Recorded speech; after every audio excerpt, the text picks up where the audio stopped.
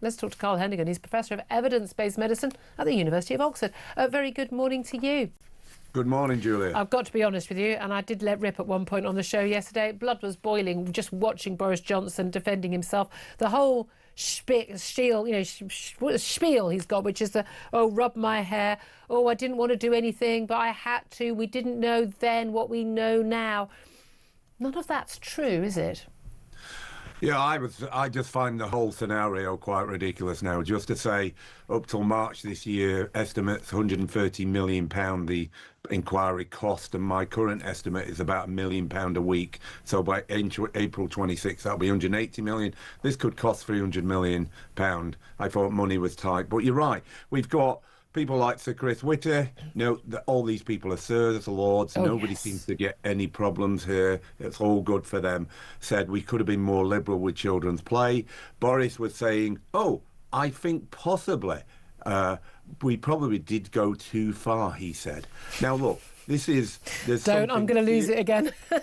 There's something seriously wrong here. How come these people in power could use modelers to see the future, but they can't use common sense to see the obvious?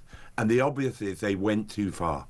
If they all got up and said, look, we're really sorry, we panicked. In the midst of this, I nearly died and I feared for my life and panicked even more. All of my advisors were in one direction, and that was more harder lockdowns, and I had no way out. In doing so, however, we've learnt something. Lockdowns don't work, masks don't work, school closures don't work. Actually, we do have some useful information. And we also attack your civil liberties. We went after journalists like yourself, Julia. And you. MPs. And we're never going to do the same ever again. That's the end of the inquiry this week. Thank you very much. We'll close it up. We can save at least £100 million from this point on. I would love it if they do that, but they simply won't. You know the one word that never gets mentioned in this inquiry? Sweden.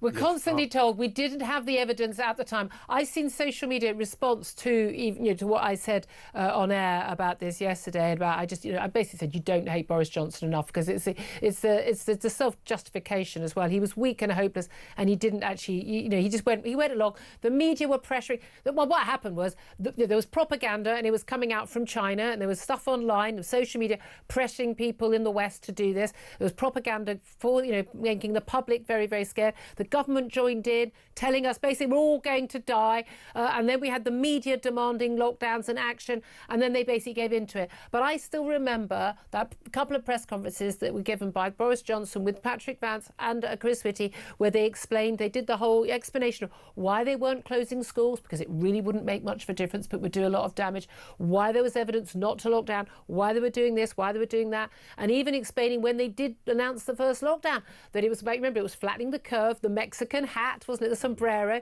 and it was only because we're going to be overwhelmed in this particular period. Now, as it was, that wouldn't have happened. We know from the data the infections were already going down. But even after that, and then they sort of couldn't get out of it, because politically they didn't want people to hate them, and a lot of people were enjoying lockdown and kind of enjoying the frisson. And people like me went along with it because I thought, because they'd been honest beforehand and been sensible, that they had new evidence. They didn't have any new evidence. They had Neil Ferguson, who briefly stopped going on his bike to shag his mistress to do a bit more computer modelling that was completely as useless as all other computer modelling he'd done, and apparently we were all going to die. That was a lie. The whole time, Sweden was not locked down. No child under the age of 16 missed a day of school. Their health service wasn't shut down. Their economy wasn't shut down. Their cafes and restaurants stayed open. And that was happening, and people watching it.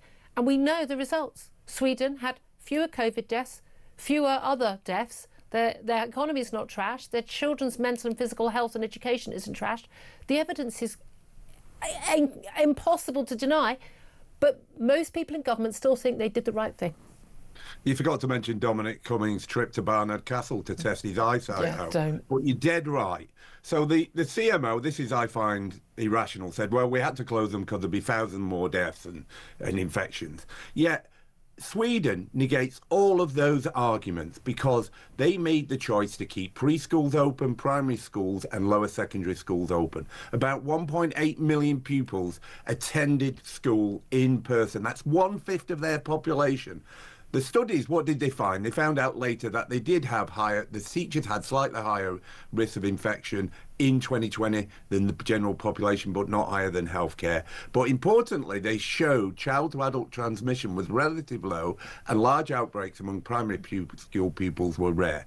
Therefore, it negates all of these people who are supposed to be in the advisory positions. Chief medical officer uses his opinion.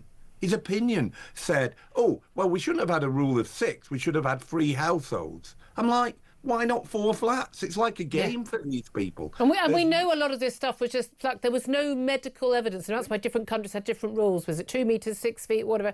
It wasn't just they had different ways of measuring it.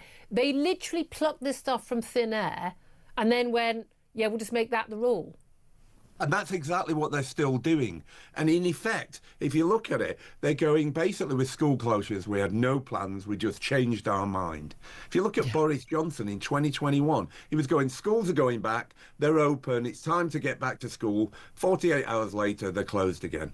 So this is the people who flip-flop because basically they have not a clue what they're doing. But that's why we have anxious. That's the whole point of having pre-pandemic planning, which we had. And lots of people say that Sweden was an outlier. Again, lots of people will look at the stats, go, oh, look, Sweden had a whole load of extra COVID deaths in 2020. But, you know, over the period, they had fewer even than their fellow Nordic countries because they kept things open. But also, they made some of the same mistakes we did about care homes and the like. Yeah. But the crucial thing is, though, when you've got that comparison. But people say, well, Sweden was an outlier. No, Sweden was the only country that followed World Health Organization and all international pre-pandemic planning. They stuck to the plan and it saved lives and it saved the economy. And it also stuck to the basis of making all public policy, which is a cost-benefit analysis. What is the cost of doing this? What is the benefit? And the reality was they knew that the costs were going to be huge of what they did, not just economically, the debt we're in right now, all the financial problems we have right now, COVID. That's what it's down to.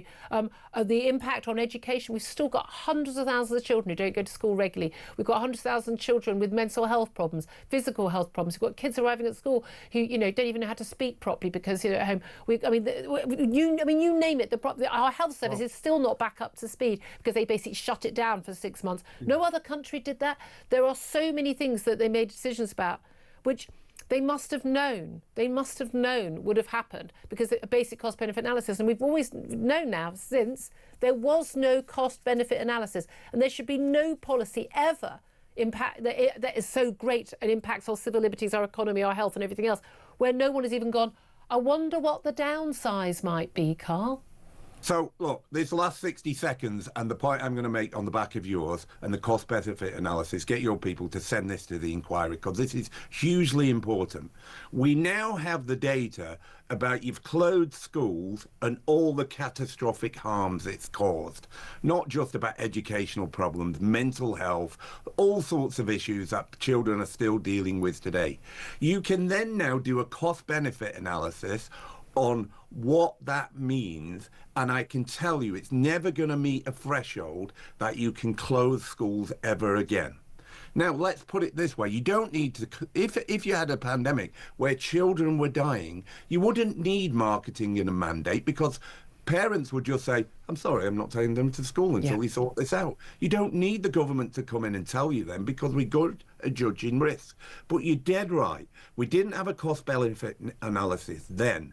But we definitely can generate one now, and the inquiry can do that and then look at the threshold and say, oh dear, this is hugely costly to children, and they're still paying the price. Absolutely, and there's no doubt at all as well, even Boris Johnson acknowledged this, effectively, you know, it was children paying a huge price, he said, to protect the rest of society. Any society where you expect children to pay the price to keep 80, with all due respect, I don't mean to be harsh, but 80 and 90-year-olds alive for an extra 2 months, I'm sorry, I think that's obscene, and it's not the way certainly everyone I know of that age thinks it should have happened. Carl Heneghan, you've been a fantastic advocate on this, Professor of Evidence-Based Medicine at the University of Oxford. Thank you as always. Claire Pissell, I mean,